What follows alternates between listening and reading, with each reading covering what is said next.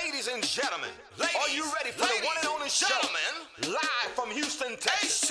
It's the go-to girl, professional comedian, TV producer, and founder of MarriedDate.com. It's millionaire matchmaker, Amber.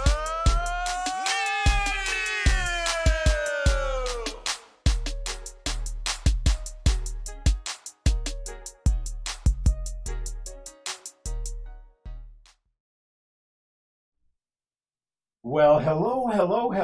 Welcome to the Matchmaker Hotline here on Edge Radio. Now, I am not blonde and beautiful, nor am I quite as spunky as our normal host, but I have with me two wonderful people, and we'll be. Oh, you were going to say you're getting blonde. You're getting blonde. I've got to dye this. So, yeah, I was going to say, who's your hairdresser? So this is Eric and Dr. Jen that are up, and we're just going to do a quick little conversation, and we're waiting for our wonderful host. She'll be in momentarily. But you know what? I am always itching to get on the mic with the likes of Dr. Jennifer. So I have to ask a couple of quick questions before Amber comes in and starts to. So you are, for those who do not know, a very well accomplished and insightful sex therapist. Yes.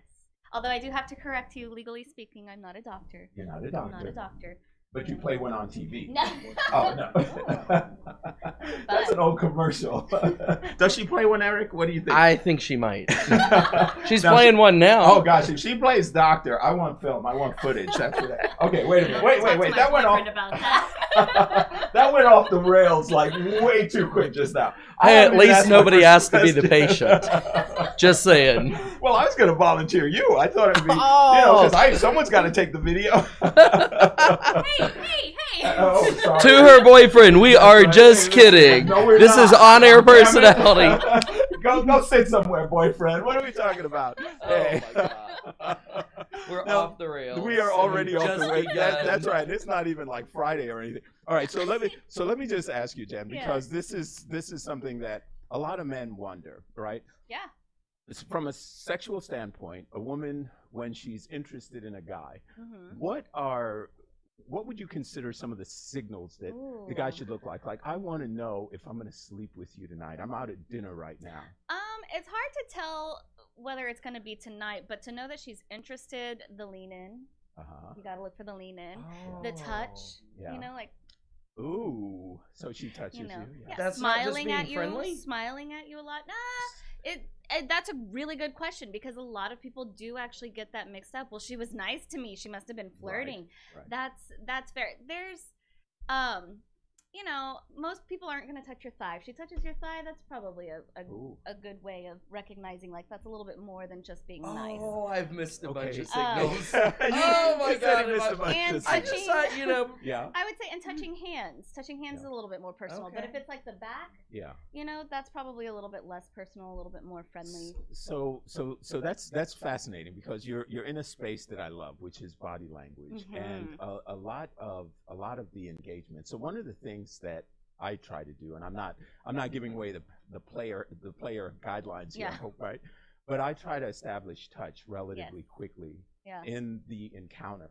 If there's a way that I can say something or touch you, is that problematic? Does a woman find that offensive if you? Oh, that's really, because there is a generational gap where I think some of like the millennials nowadays, if a gentleman touches her, like, automatically, oh my God, Really? get From off millennials? of me. Yeah, I think so. Like, Gosh. there is, but then like my generation has kind of that I'm 38 years old, where some of that You're in could your also, mid-20s right now. yeah, Okay. mid-20s.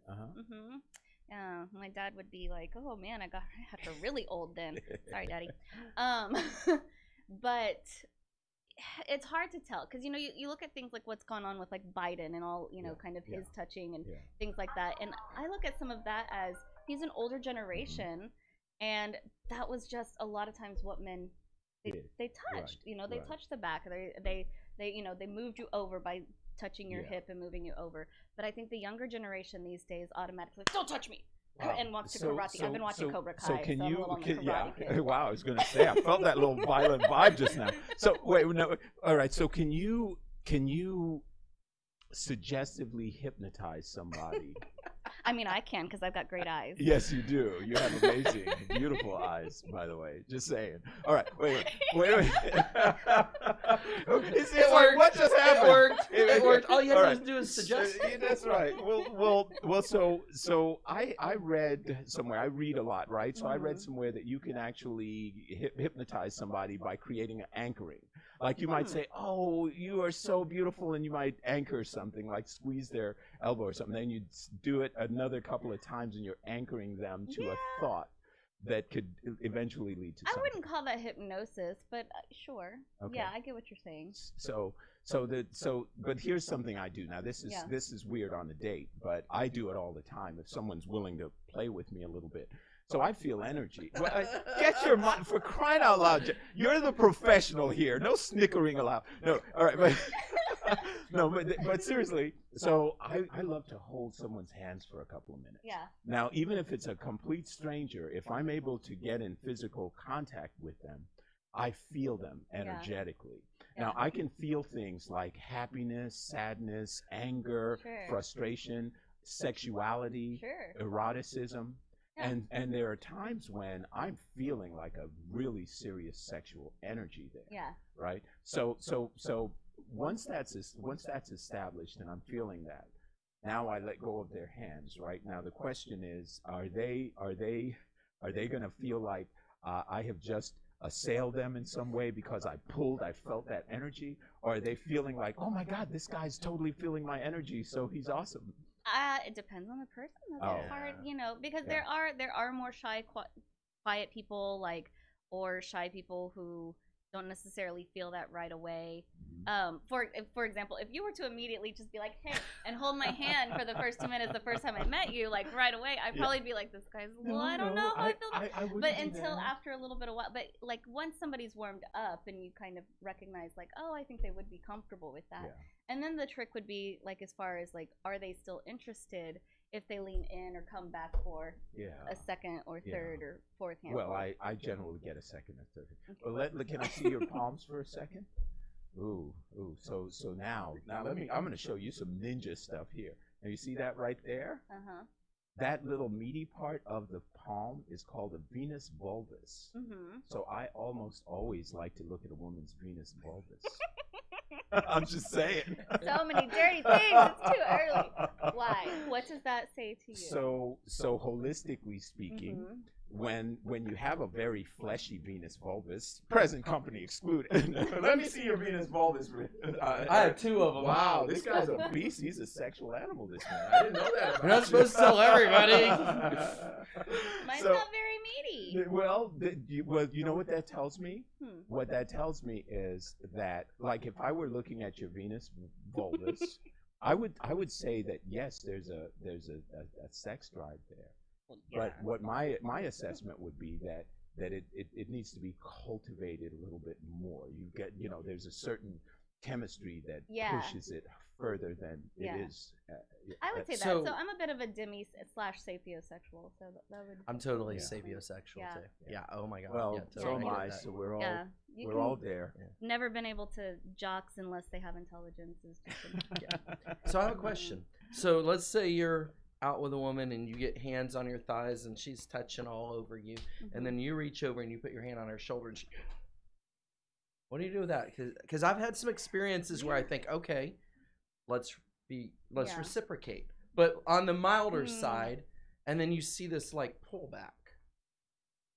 She might like to be in control a little bit. Yeah, that's what okay. Yeah. Wow, that makes sense. Yeah. So back to the Venus vulvus.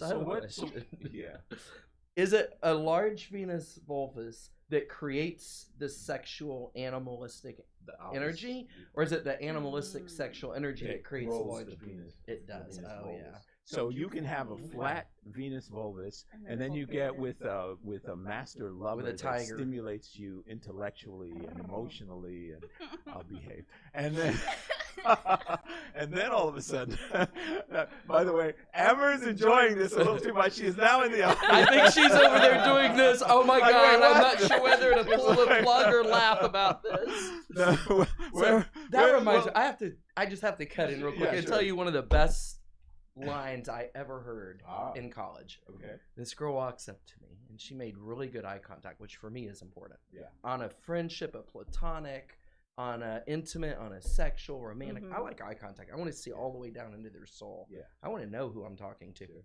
And she walks up and she just makes this long, gazing eye contact. And I won't use the word that she used. Oh. But You can. I don't know if I can use that. It's the F word. Sure. She says, you know what?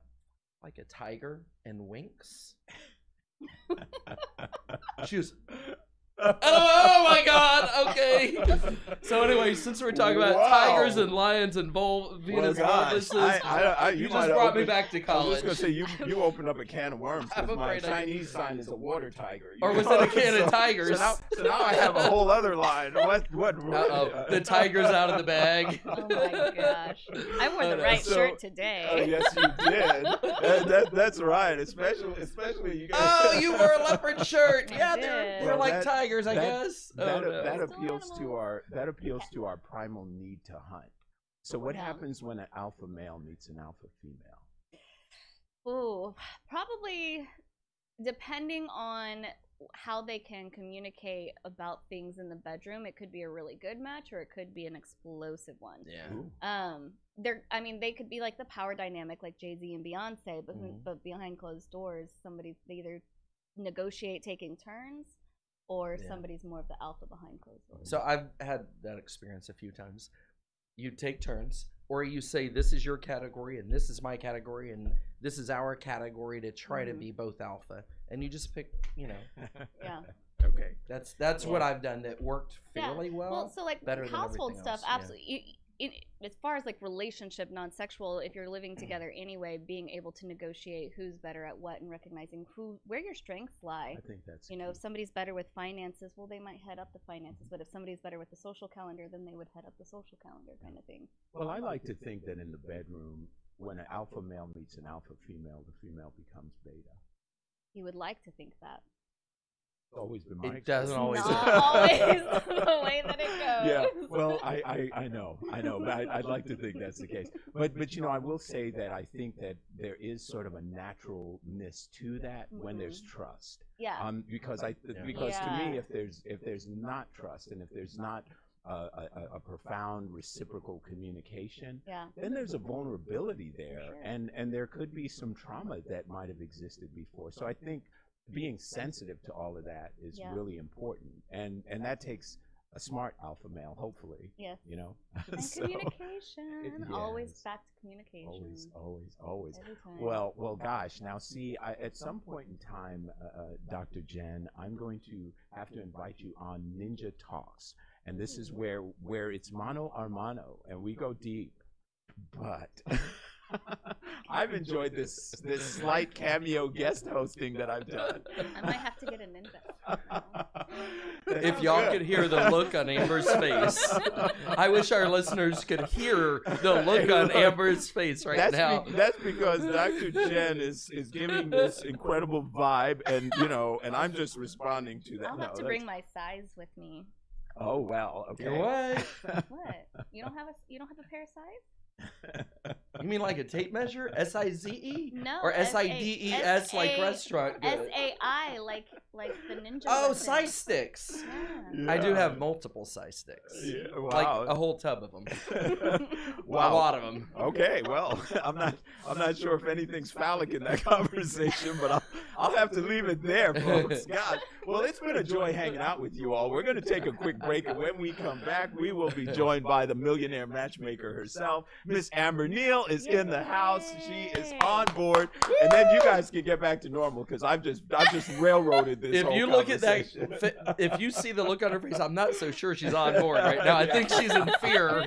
I think she just went into fear. We need a break. Here, hypnotize her, get her out of fear, get her up on stage. Not a problem. She's a tough cookie. All right, folks, we're going to take a break. You're listening to the Edge Radio Network. This is the Matchmaker Hotline. We will be back in just a moment.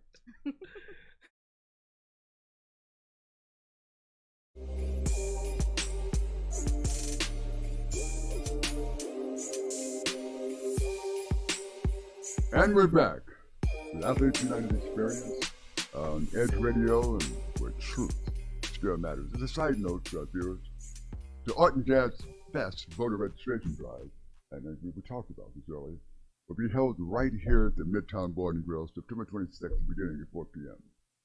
That is the Art Jazz Fest voter registration drive. So come on out, prepare to complete your civic duty, and vote your consciousness. Okay, as we broke, we're talking to Dr. Crystal Mark here, and she had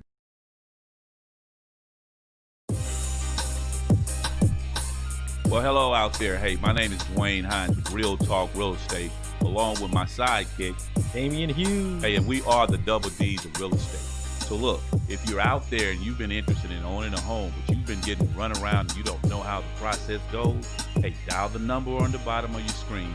Give us a call. Get some real talk, real solutions on all your real estate concerns. We are the double D's of real estate.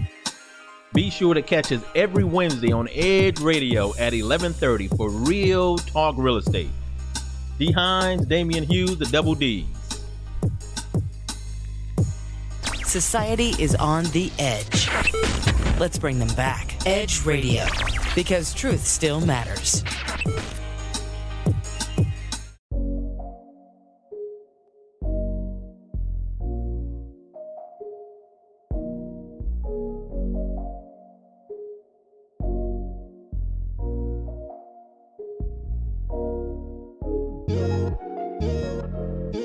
Hey guys, welcome back into the official Matchmaker Hotline with the Girl Millionaire Matchmaker. Jen and Eric today. We apparently had a fun show for the first 15 minutes. It was amazing.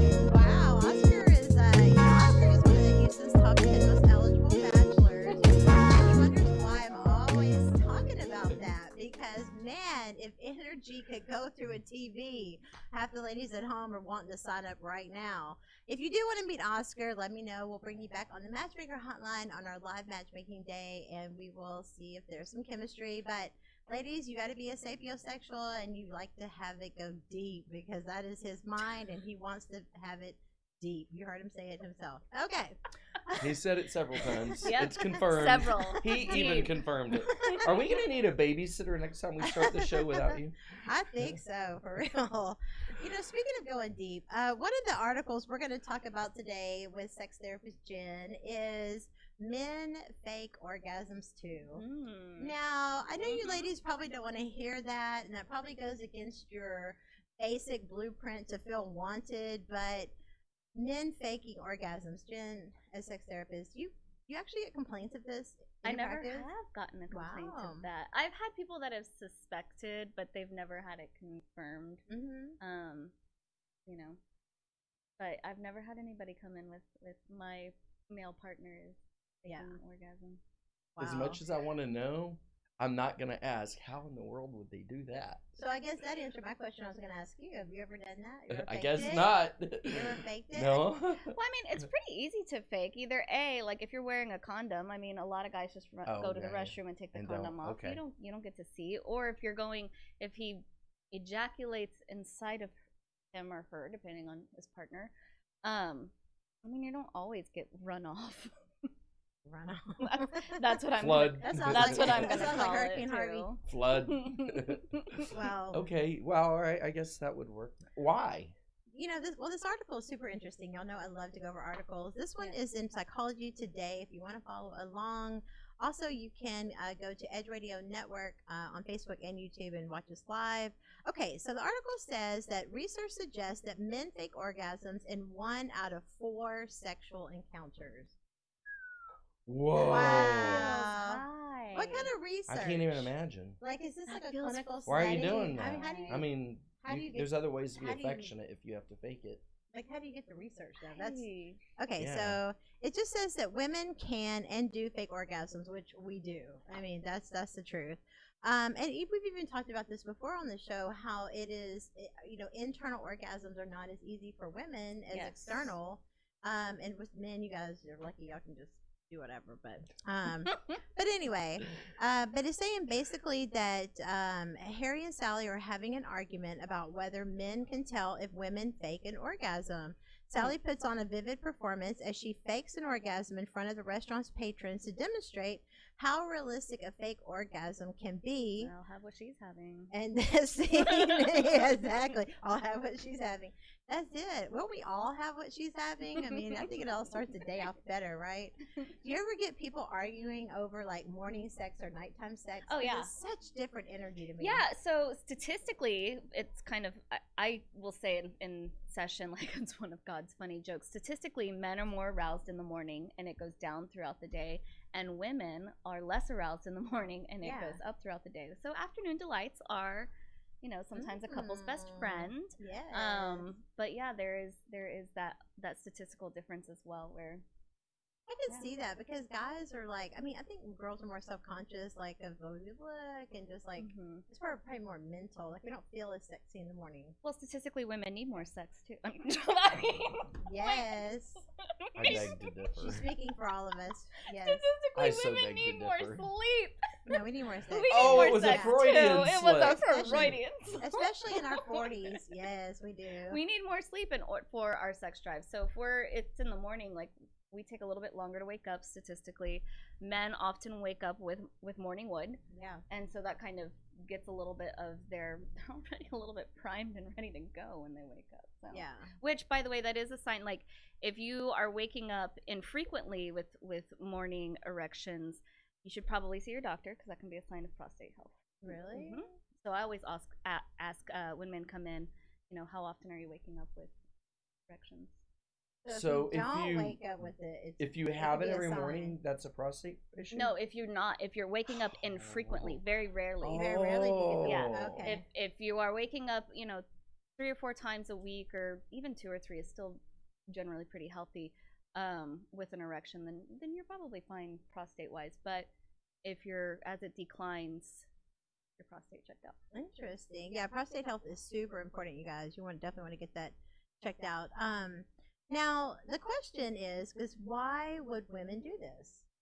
The reasons are many and varied. While some physically or hypersensitive women can achieve orgasm at the very light stimulation or touch, others have much harder time climaxing. Mm-hmm. And as Jen has said on a previous show, some women have never had an orgasm.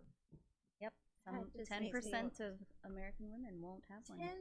10%. It's pretty high. Man, something is wrong with that. That's I feel like they amazing. need to add that to sex education or something like that.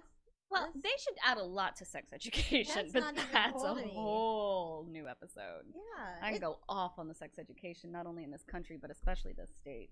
Really? Oh, it's one thing It's to be a virgin. terrible. It's another thing to not ever have an orgasm. I mean, that's just wow. Well, but if you don't, again, like, you know, I'll go back to what I said then. If you've never had one, you don't really know what you're not experiencing. As long as you're feeling connected to your partner, sex is still good. They don't feel Agreed. the urge to. A lot of have them will get one. close. What some women do is they will feel like they're about to pee and it freaks them out, and so they'll stop themselves from being able to have an orgasm because they'll clinch up, Yeah. thinking like, oh crap, I don't want to pee all over They're my afraid to partner, pee. not knowing that that's like the sign to actually just let it go. Let it girl. go. I mean, that might be TMI, but like, you know, I gotta ask since you're here. So, how come some women squirt and some don't? That's a really good question. I don't have the answer to. It's weird. Like, I there's think even fetishes there's- with that. Like, There's research that in most my mouth. in your mouth. Yes. What? there's pe- Squirted in your mouth? Fetishes. Oh, saying in they're your. like I people, thought you went real personal there, Yeah, Amber. no. Like what? Not That's me Oh. No, I'm saying like I've talked to people like in matchmaking where they like I don't know how to tell people I have this fetish. Yeah. And I'm like, well, what is it? And like, well, I like somebody to pee on me, or I like Yeah. I just always wonder how come some people squirt because I think it's urine, right? There is actually trace amounts of urine in there, but it's actually more similar to what makes up the ejaculate for men, especially men that like have had. Oh my goodness, I just blanked on The snip. The snip. snip. Yeah. What's the word for that? Vasectomy. Vasectomy. Thank you. Oh my gosh. Oscar got me all sorts of muddled up in my brain right now. I don't like it. He's smiling so big, I guarantee. Oscar. Sorry. I can't even see him, but I guarantee you, I see. I can hear him chuckling up I back can there. hear him Yeah. chuckling too. It's all right. My boyfriend will reap the benefits. So vasectomy. So there's no sperm. Whenever men ejaculate, but they still ejaculate after a vasectomy. So and there are trace amounts of urine in that as well. Very trace amounts. Same thing with although it's very interesting because they've done an MRI scan for when women are about to squirt, and they do find that even if they've just gone pee, their bladders do fill up before squirting. So there is a little bit of urine in it when it comes out, but it's closer to what makes up the ejaculative male sperm. I just think some men think all women squirt. Because there's guys that will try to make you, and you're like, "What are you doing?" Yeah. So So there's theories that all women are capable of it, but it can take practice and whatnot. we could put some classes together. I wouldn't even know how to honestly. I wouldn't Sure know we how to could find teach somebody them to teach it. other than just relax, Yeah. and find the spots that work for you. Interesting. Okay. Well, it's basically saying that research on men is, faking orgasms is sparse. There's where is there even research? If this wasn't in Psychology Today, I probably wouldn't even believe this article at all. Hold on.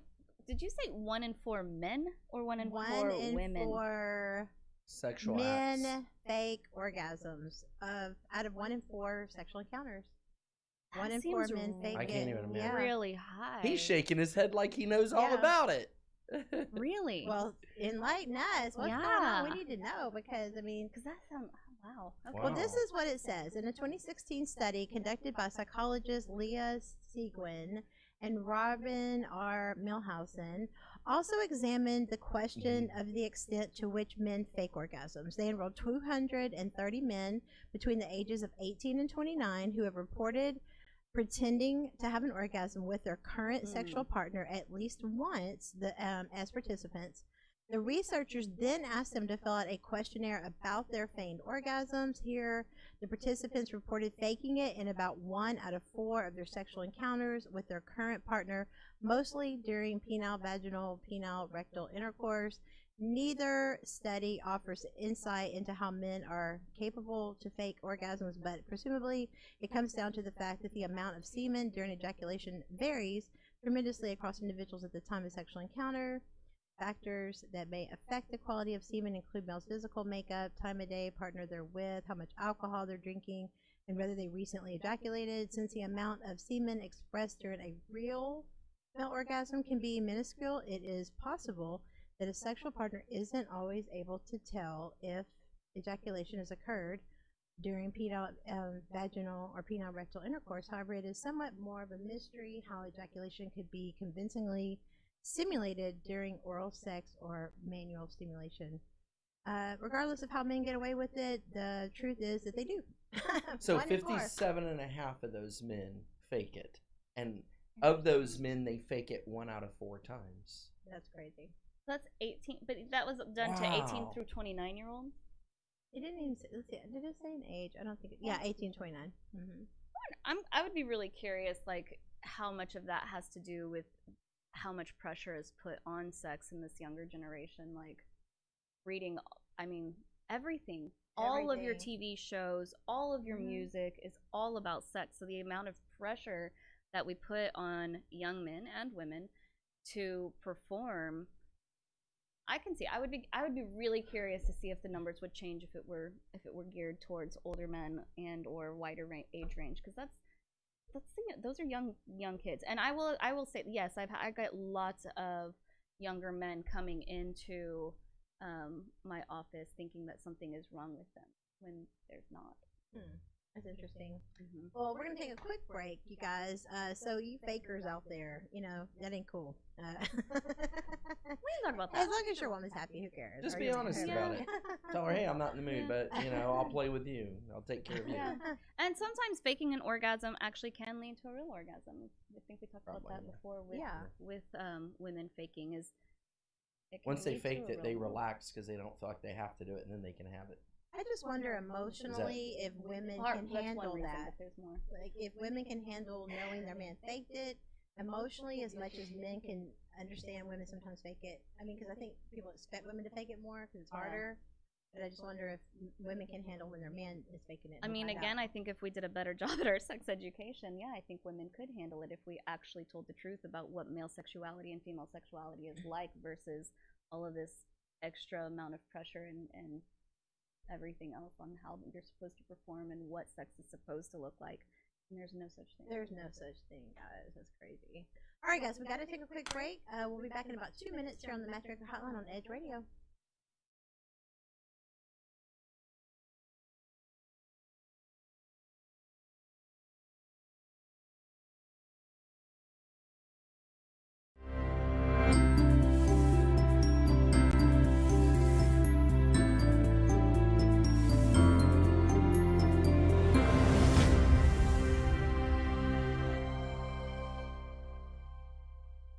A retired Marine and former school teacher is spending his days on the road promoting unity. His platform is to erase race, and he's trying to do that by traveling the country, visiting 100 cities, spreading his message one conversation at a time. I was born and raised in Waller County, Texas, just northwest of Houston. As a child of the 60s civil rights era, I lived in a city that was probably 100% black at the time, and that city, Prairie View, Texas, had an educational background that far exceeded the national average. Because of this uncommon occurrence, I grew up lacking the sense of inferiority that many black people experience as a result of segregation and the remnants of the Jim Crow era. In Prairie View, the smartest and most able and capable people the children of that city saw daily were always black.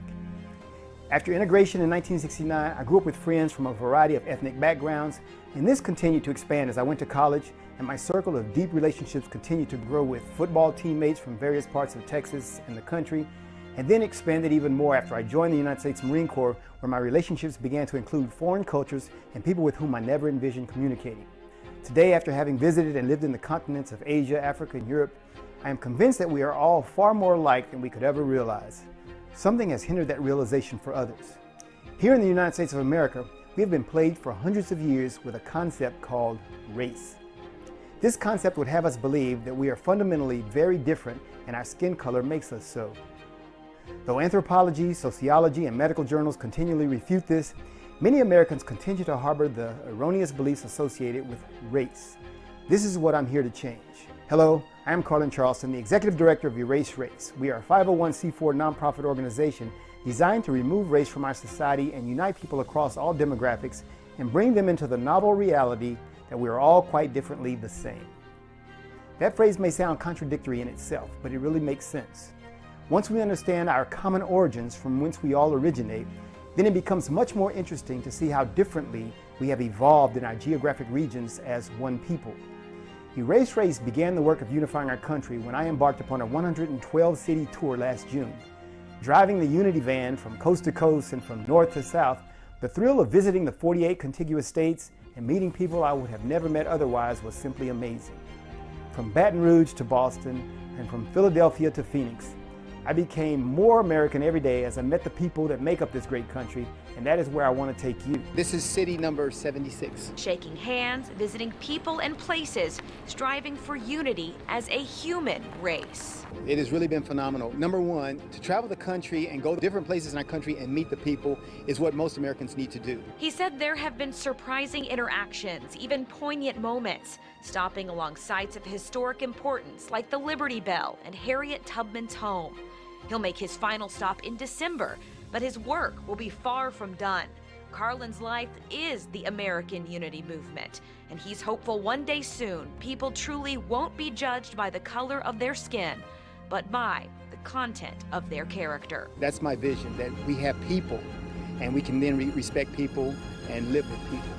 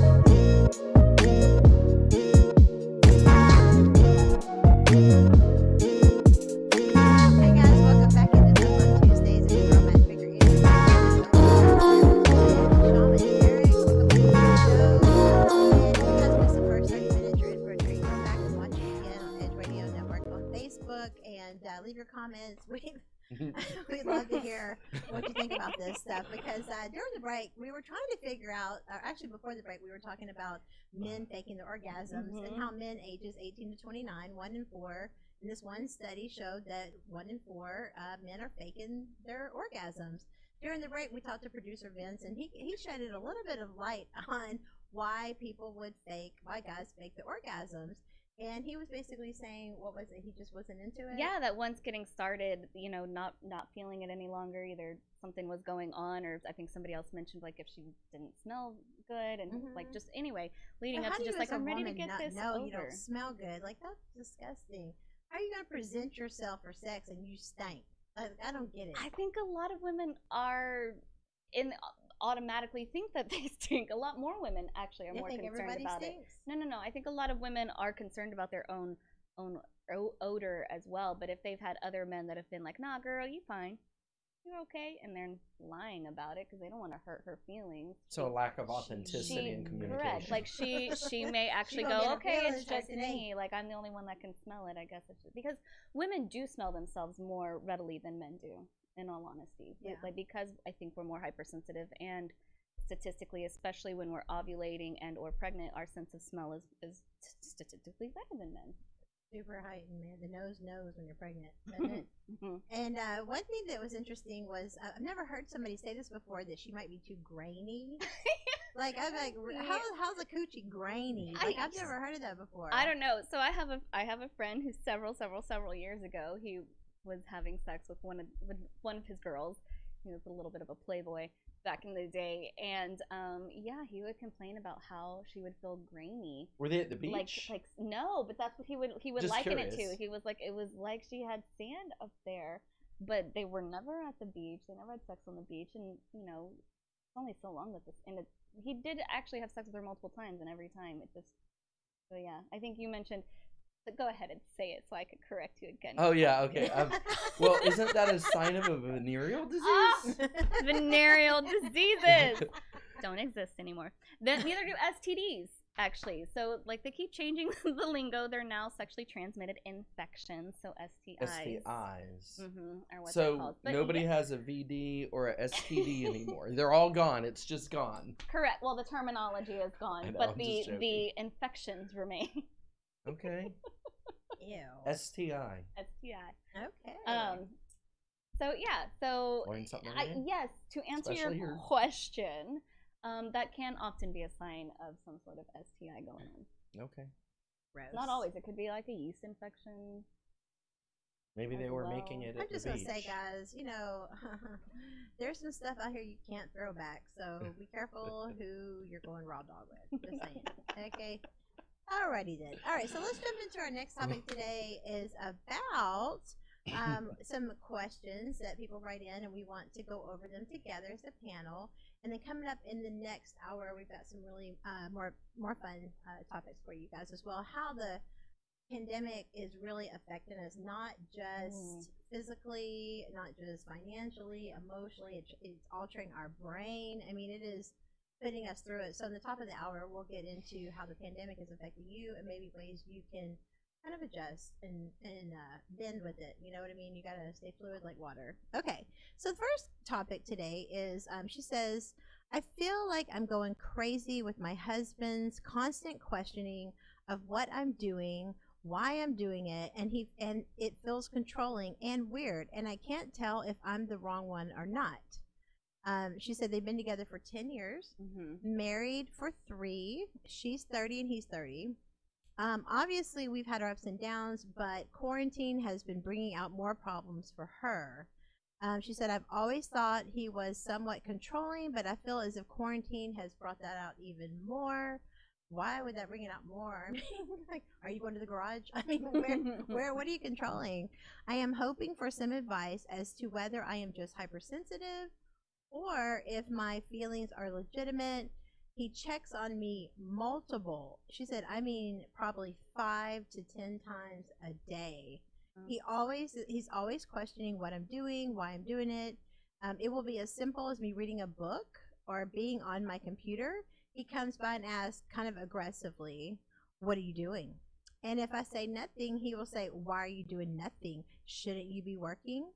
Or if I say working on XYZ, he'll sometimes make a comment such as, well, I thought you were going to work on this today. Why are you working on that today? It's the same over other stupid small things, but he is pushing me to my breaking point because I feel like I'm constantly defending myself.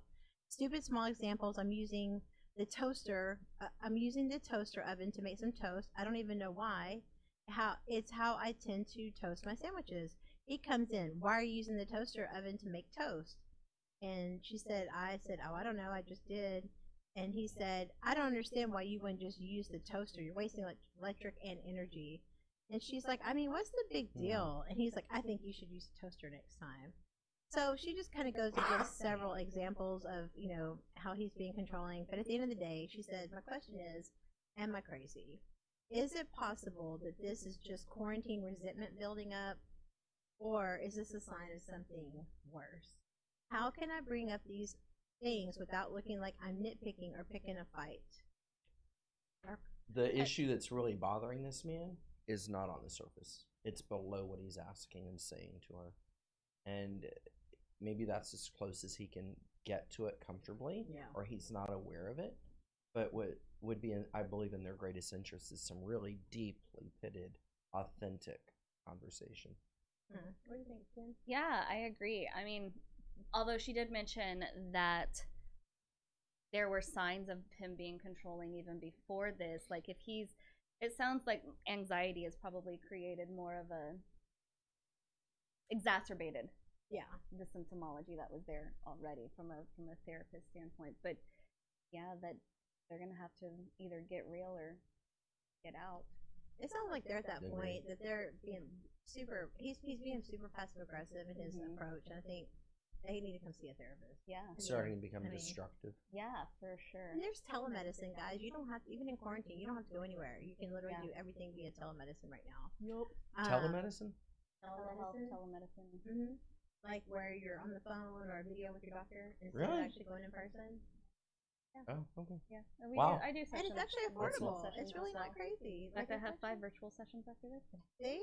That's it. I'm telling you. But I think overall, if you guys, at the end of the day, some people have basic things, but when you guys, that sounds like it is some kind of resentment. You're starting to resent him, for sure. Yeah. But what does he already resent you for, is the question. So therapy, that's our advice. You know, some things are clear-cut answers, and some things you got to go get some expert help. Yeah. Okay. Wow, this is interesting. Okay. I am a 25-year-old male, and I have caused a family conflict after my dad, who's 49, inappropriately touched my girlfriend, 23. What do I do now?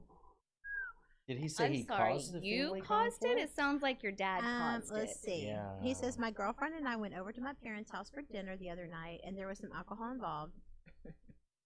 Okay. Once you get to your dad's age, you'll stop blaming the alcohol. Okay. People do what they want to do regardless. We were all drinking and having a good time. Now my dad has been known to be a flirt and talk to other women.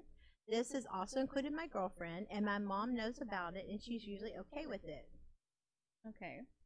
That's fair. Okay. Are they, I wonder if they're together, or she knows her dad's flirt. Dad's just a flirt. Well, I mean, there's nothing wrong with flirting. Like if you have that conversation with your partner about what the boundaries are, because I mean, I can be perceived as a big flirt, but there's a boundary there. Like, I'm not going to cross it. And everybody knows that kind of thing. But so if dad and mom have that established between each other, where it's like, oh, your dad's just a flirt, but he's never crossed the line. And there's nothing wrong with it. It's their form of being open. Well, she says that he says my mom is a big flirt herself. She said She can't flirt with her own son, so it's not like they could just swap. In some states son they can. Oh. I would. Okay, so she says I've talked to my girlfriend. Okay, she said, here we go. She said my mom's a big flirt too, and I haven't asked them about their sex life as they're my parents, but I could definitely see them as swingers. She said, I've talked to my girlfriend about the comments that he makes. I told her that I would talk to him about it if it made her feel uncomfortable. She insisted that she didn't and that she thought it was funny and actually nice to hear. And I was kind of surprised that she felt that way, but I wasn't going to do anything since she said it was fine. Well, when we were about to leave, we were giving our goodbye hugs and stuff, and he first pulled her in tightly and then grabbed her butt and squeezed it and said, "Son, you're a lucky guy." She laughed and didn't seem too upset by it. I can't even imagine. Like, you're going to meet the family, and the dad is like, yeah, good choice, honey. Like, wow. How awkward. Okay. Yeah. How awkward. I mean, that's embarrassing. I mean, Yeah. come on, parents. Like, this is your first time meeting the girl, and you're acting like this. That's a lot. I mean, at least let him get warmed up. At least let him meet you and kind of like. But anyway, okay, so he grabbed her butt and squeezed it. While she was walking away, he made another inappropriate comment about it. I had enough, and then I told him to stop it, and he was being disgusting. He got riled up and said to stop being such a The P word? yeah, about it. I started yelling back at him and cussed him out and he started coming at me, but my girlfriend pulled me away. When we were riding home, she asked me why I had to cause that. I told her that it was gross that my dad would do something like that, and she told me that she believed I was wrong for causing that fight because she didn't have a problem with what he was doing. She did. She said she took it as a compliment and thought it was funny.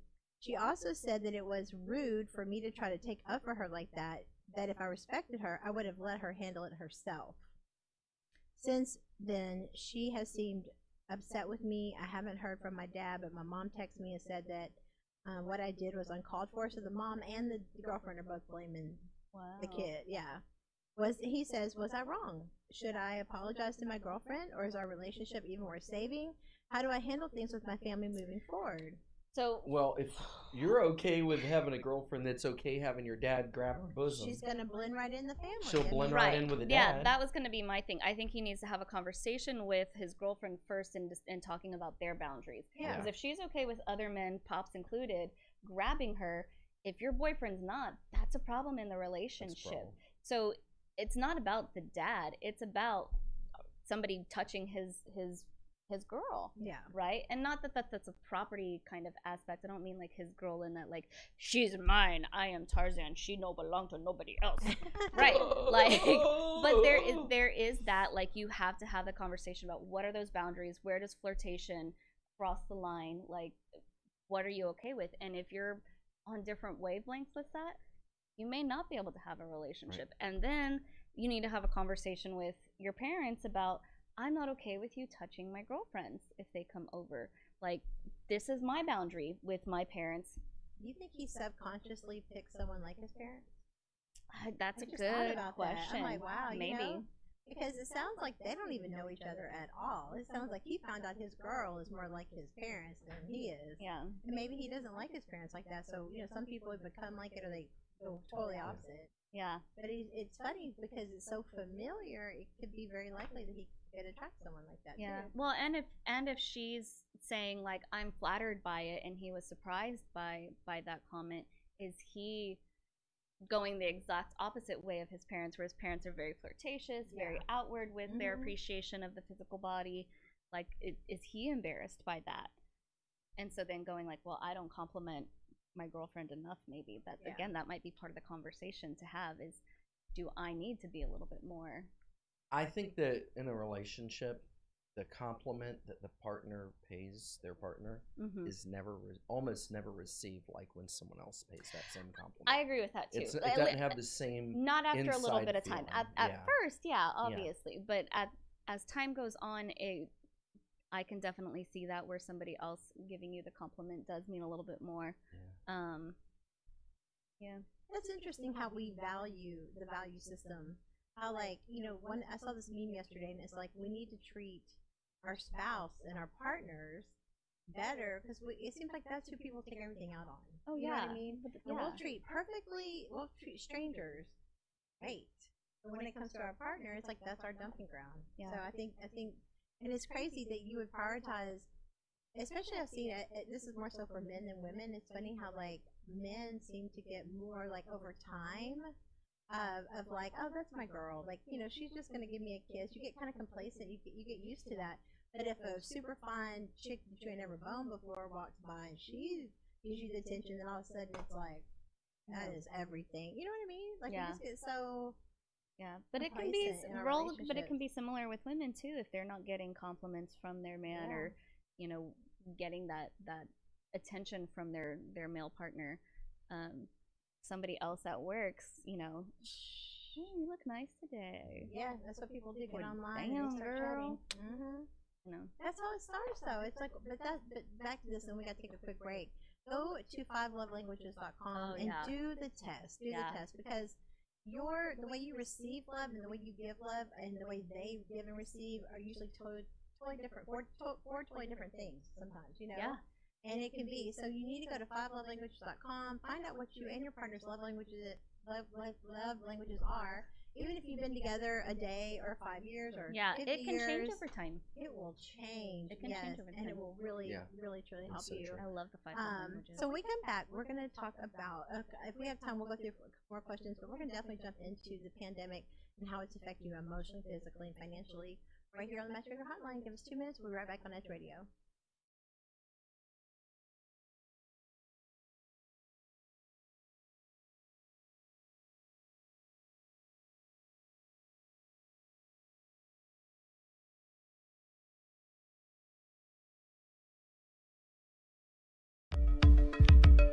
Are you a small business owner concerned about the downturn in the economy? Top business leaders like Mattress Mac and Warren Buffett will tell you that now is the time to promote your business more than ever. People need your services. Your business needs an edge. Learn about special advertising packages for small businesses right here on Edge Radio. Find out more, give us a call at 281-744-0446. That's 281-744-0446. Edge, because truth still matters.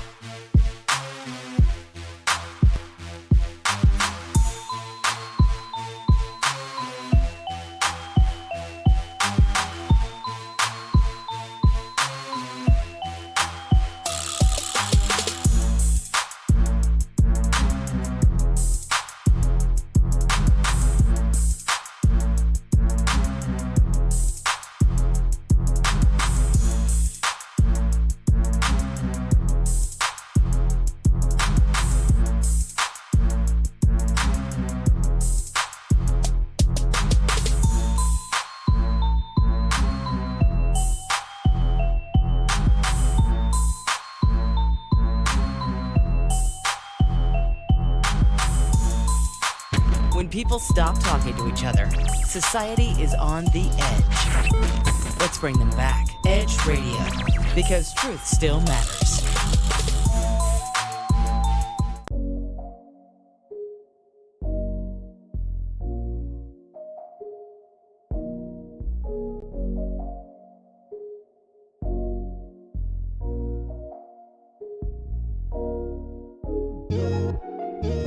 Hey guys, welcome back into the Matchmaker Hotline. It's your Matchmaker here with my co-host, sex therapist Jen, and shaman Eric Davis. Man, this has been really fun. Yes. I don't know, man. You know, y'all had a really fun time with Oscar started the show too. Because Oscar is something else. If you missed the show, go back to the top of the hour and watch Oscar. He is single and he's a beast. And you know, that's the rumor anyway. So if you want to meet Oscar, holler at your girl. We'll bring you guys on the Matchmaker Hotline, and we'll do some live matchmaking. And if you're interesting enough, we might even send you out on a date and follow the date and see how fun it is. But I know that Oscar likes ladies that can dance. So if you like to dance, ladies, then Oscar might be your man. And by the way, you have to be kind of smart up top too. So he's definitely well, yeah, a lot actually for him. That's true. Yeah. Oscar's definitely sapiosexual. So if you're stupid, he's not going to be interested. Okay. Okay. All right. So let's go through. Let's go. I'm so inappropriate. Okay, let's go through the Psychology Today article of the pandemic changes your brain even if you don't have COVID. COVID-19 likely has altered our brains, but we can reverse it. So that's the good news with that. And it's just basically saying that there is a report in neuropsychopharmacology reviews suggests that whether you have contracted COVID or not, the pandemic has likely changed your brain. The coronavirus can cause several significant neurological disorders, but aside from that, pandemic isolation and worry can alter brain chemistry and cause mood disorders such as anxiety, depression, and even suicidal thoughts. Let's go over the physiological changes. Researchers are suggesting that the impact of the caused by the disease. Yeah, exactly. So the psychological changes are the ones I'm really interested in, Jen, because, you know, aside from the psychological symptoms, another layer of increased anxiety, depression, suicidal thoughts has emerged, grief, and in some cases, postpartum grief, the loss of our loved ones, hopelessness, excessive worry over contracting and spreading the virus to other people. Paranoia, seriously. And it's saying, or colleagues are all stressors that may collectively contribute to an imminent rise in symptoms of depression, anxiety, and suicidal thoughts. And then, you know, just the social distancing alone. I mean, not being able to be close and hug and touch and feel that chemistry, that's super hard, especially people that your language of love is touch. Social distancing measures for combating the viral outbreak also may have unintended consequences. Can't speak today, such as social isolation, loneliness, abrupt changes to daily habits, and unemployment or financial insecurity, which have all characterized as risk factors of major depressive and post-traumatic stress disorders. So we're going to go, so basically, I don't want to go through all of that stuff, but basically we know that it's causing, it's altering our brain. And, but so basically, here are a few tips to bring your mind into the present moment instead of worrying about what it is what you can do to improve your brain's health. The first one is saying, this article is in Psychology Today if you guys want to follow along with us. Do something different. Take a different action in response to circumstances in the heat of the moment. For example, if I am consistently calm myself when I'm listening to horrible pandemic news reports, when I might ordinarily freak out, this calming practice can rewire my neural pathways, widen my resilient zone, and even I'll be able to listen without automatically freaking out. If you guys understood that fear is the main agenda with this whole thing, and it is to keep you fear, and because you cannot, it's a couple things. You cannot manifest positive things from a negative state of mind. You have to be in a state of gratitude to manifest. I mean, it's law of attraction. And the universe does not know what you want. It only knows what you think about. So if all you're thinking about is gloom, doom, depression, that's the point, right? And so it's better yet, it is important to limit how often you listen to constant negative reviews. What do you think about that? Yeah, all the negative? I mean, definitely. Like, turn off the Facebook, turn off the news, have some fun. No, I know as a shaman, Eric, what do you recommend for people to really do something different, and how do they get into that Zen place of just So I recommend that they have a person or confidant or several that they can talk about it to get it off their chest and vent it out. Then I recommend they find something constructive, a constructive, positive way. Find a silver lining in whatever tragedy it is. Then find a constructive, positive way to utilize their energy from that point. And, you know, if you have 3 things to vent, you get them out. You know, you don't want to stuff it down. You want to get it out, purge it, get rid of it. Then you want to look at the silver lining. You find out what benefit can come from this. Even in tragedy, people can turn tragedy into a benefit or to help others. For sure. And then you look at how to find ways to spend your time and energy in positive ways with gratitude.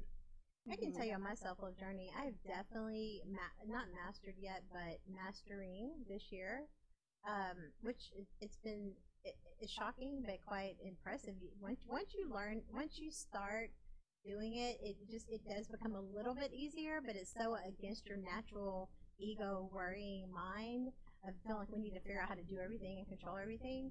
But I'm learning to really understand the orchestration of the moment. Like even the bad things, because usually 9 out of 10 times when something bad happens, it honestly sets you up for something even better. And I think we can't really test our faith and our beliefs until we're put to the test. I mean, you can train all day long, but if you never went through a test, how do you really know what you can get through? And I think it's really just, it is about having, if anyone, a relationship, a job, a friend, the news, if anybody can capture your mind, you're a prisoner at that point. Yeah. You've got to set your mind free. You've got to be a free thinker. You've got to think for yourself. Don't just believe, oh, I saw it on the news. Yeah, no. Okay, and what is that supposed to mean? And that's why at Edge Radio we're about the truth mattering, because there's so much fake crap out there and you don't know what to believe. There is. So many Do your own contradictory research. stories. Don't just share that meme. That's the most annoying Seriously, thing. do your research. Find out for yourself. And don't just vote for a candidate because your parents did and their parents did. Yeah. Find out what you think. Once you're legally old enough to vote and you're actually able to get an opinion out there, register to vote first of all.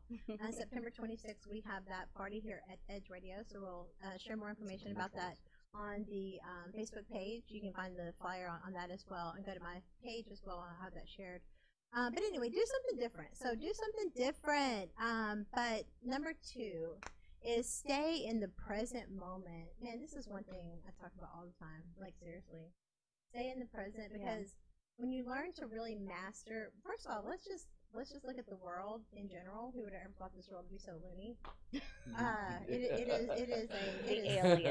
aliens knew it would be. It is a cartoon, and they did it right, and they're coming back. Because apparently the Pentagon has released reports that we have UFO activity and another distraction. Apparently there's life on Venus. Life on When Venus. did they heard the release radio that? today. What? I've seen the Pentagon has released some of that stuff, but yeah, Recently? this morning, in the last few months, right? Life on Venus. Yeah, that's what they think. There's life on Venus wait, because of when some you sort say of type life- of gas that's there. But right, it could be a plant. Like a plant. They don't know. Okay, I They was don't just know. wondering. Yeah. As far as I know, we haven't been to Venus yet. I know. We're from there, right? Okay. Men are from Mars. Women are from Venus. That's right. That is a really good book. That really is a good book. I like that book. It was actually kind of the first relationship book I ever read when I was younger. And I was like, wow, this relationship stuff is pretty interesting. And it really, I mean, mom is a matchmaker, so we have it in our family.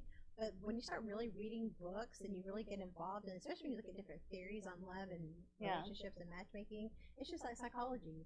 There's so many different belief systems to that. It's like you have to go with the one that resonates with your soul. You know? Well, you know, statistically speaking, the male brain and the female brain do develop differently. So how can you expect people to be of opposite genders to be the same? I mean, there are exceptions to every rule, of course. I mean, if you go back to like caveman days, of course we had women warriors, we had women hunters, but by and large, statistically, it was men warriors and men hunters, and then women would stay back at the huts and take care of the babies and the elderly and start cooking dinner and foraging in the trees and all of that stuff. Barefoot and pregnant? Yeah. Well, you know, Eric, you might have missed the episode that Jen and I did where we were talking about how women back in the day, women actually were promiscuous for the best seed. Women were not monogamous. They were trying to get the When best. was this? A couple. Because that's how it is now. Oh, women, yeah, we reverted back to our original roots. Women have become like men in every sense of the word. That's very true. Our muscular system is still different, though. Yeah. Our brain is different. Yeah. We're smarter. Okay, all right, so let's move on. I'm just kidding. I'm not kidding. But I don't feel like she just said that. I'm kidding. Okay, so stay in the present moment. Stay in the present moment. That is what we're talking about. Okay, so basically, But that being said, yes, like you want to learn from your past, you know, and you want to give credence to daydreaming. Not enough people daydream, you know, and especially if you've been together for a really long time and you've met like, well, I have the career that I wanted, and we have the 2.5 children, and we have the beautiful house with the white picket fence. I don't know, that was what people used to daydream about back in the 50s, but whatever. You know, you get what you want. And then you feel like, what's there left to daydream about? Well, find something new to date. So daydreaming and figuring out, like, this is what I want to do in the future. I want to go to the Alps, the Swiss Alps. Like, I want to go to Switzerland. Yeah. And I want to sing like Maria in Sound of Music. Like, seriously, have a bucket list. Like, life is too, right. How can you not? Yeah. How can you just get in a relationship or even be single and just think that's all the rest of life? Right. Like, I've done everything. Right. Graduated college. What else? I got a job now. What else? Come on. Yes. Dude. So there is something to, like, the past and the future, but yes, you want to spend the bulk of it like, this is what's today, and how is today going to help me get to tomorrow? But this is what's happening today and where I am, and, you know, really grounding yourself. I just see so many people thinking, when I get that next job, when I get that next car, when I get that next person, or the next, I mean, and you know, if I just make more money, okay, well, you just made, just throw a number, you just made 10 grand. Oh, well, you know, that's okay, but when I get that next 20, then I'm gonna, you know what I'm saying? Yeah. People, that's what I mean by the present. It's like people, and I love to daydream. I'm a huge dreamer. I totally co-sign that. That definitely, I mean, use your imagination or your relationship will get very boring. Yeah. You know, it takes work to keep it together. It really does. But at the end of the day, you know, enjoy the moment, celebrate the small victories. Tomorrow is not guaranteed. Yeah. We have no idea. So I think it's good to dream. It's always good to have a plan. But if today is your last day, because you never know, I'm sure the people that got up on 9/11 thought they were going to go home to their people too. Yeah, and nobody dies going, man, I should have spent more time at work. No. Thank you. Even Steve Jobs said that on his deathbed. He's like, the thing that you're going to really, when you're on that deathbed and you're looking back, it's who'd you love, where'd you go, who'd you spend time with. None of it was about where you lived and what car you drove and how much money you had. Because guess what? As he found out, you can't take it with you. So it's a TV show about that. You can't take it with you. You can't take it with you. I mean, you couldn't be. That'd be a real asshole move. But anyway, all right, guys. So we're gonna take a quick break on the Matchmaker Hotline, and we'll be back in about 2 minutes. Stay tuned.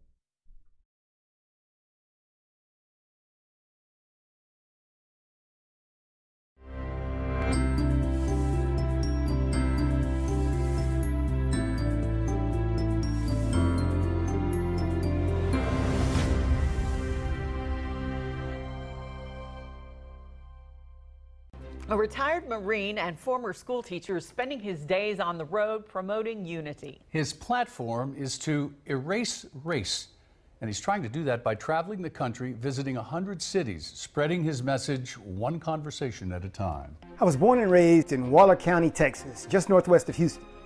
As a child of the 60s civil rights era, I lived in a city that was probably 100% black at the time, and that city, Prairie View, Texas, had an educational background that far exceeded the national average.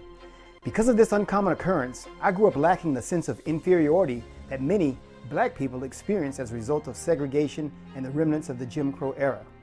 In Prairie View, the smartest and most able and capable people the children of that city saw daily were always black. After integration in 1969, I grew up with friends from a variety of ethnic backgrounds, and this continued to expand as I went to college, and my circle of deep relationships continued to grow with football teammates from various parts of Texas and the country, and then expanded even more after I joined the United States Marine Corps, where my relationships began to include foreign cultures and people with whom I never envisioned communicating. Today, after having visited and lived in the continents of Asia, Africa, and Europe, I am convinced that we are all far more alike than we could ever realize. Something has hindered that realization for others. Here in the United States of America, we have been plagued for hundreds of years with a concept called race. This concept would have us believe that we are fundamentally very different and our skin color makes us so. Though anthropology, sociology, and medical journals continually refute this, many Americans continue to harbor the erroneous beliefs associated with race. This is what I'm here to change. Hello, I am Carlin Charleston, the Executive Director of Erase Race. We are a 501c4 nonprofit organization designed to remove race from our society and unite people across all demographics and bring them into the novel reality that we are all quite differently the same. That phrase may sound contradictory in itself, but it really makes sense. Once we understand our common origins from whence we all originate, then it becomes much more interesting to see how differently we have evolved in our geographic regions as one people. Erase Race began the work of unifying our country when I embarked upon a 112-city tour last June. Driving the Unity van from coast to coast and from north to south, the thrill of visiting the 48 contiguous states and meeting people I would have never met otherwise was simply amazing. From Baton Rouge to Boston, and from Philadelphia to Phoenix. I became more American every day as I met the people that make up this great country, and that is where I want to take you. This is city number 76. Shaking hands, visiting people and places, striving for unity as a human race. It has really been phenomenal. Number one, to travel the country and go to different places in our country and meet the people is what most Americans need to do. He said there have been surprising interactions, even poignant moments, stopping along sites of historic importance like the Liberty Bell and Harriet Tubman's home. He'll make his final stop in December, but his work will be far from done. Carlin's life is the American Unity Movement, and he's hopeful one day soon people truly won't be judged by the color of their skin, but by the content of their character. That's my vision, that we have people and we can then respect people and live with people.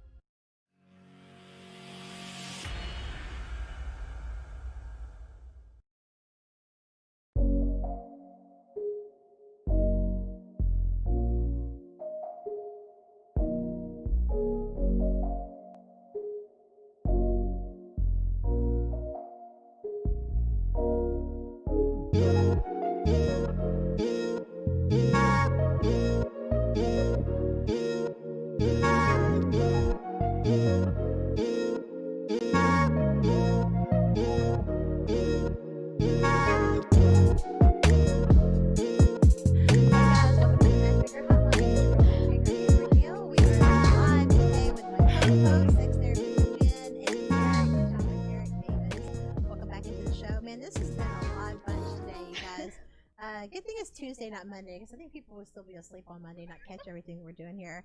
But we're talking about sex, baby. We've been talking about relationship questions and how you can improve your sex life by faking it if you're a man, apparently. So, you know, apparently 1 in 4 guys are out here faking it, ladies, or at least in this one study.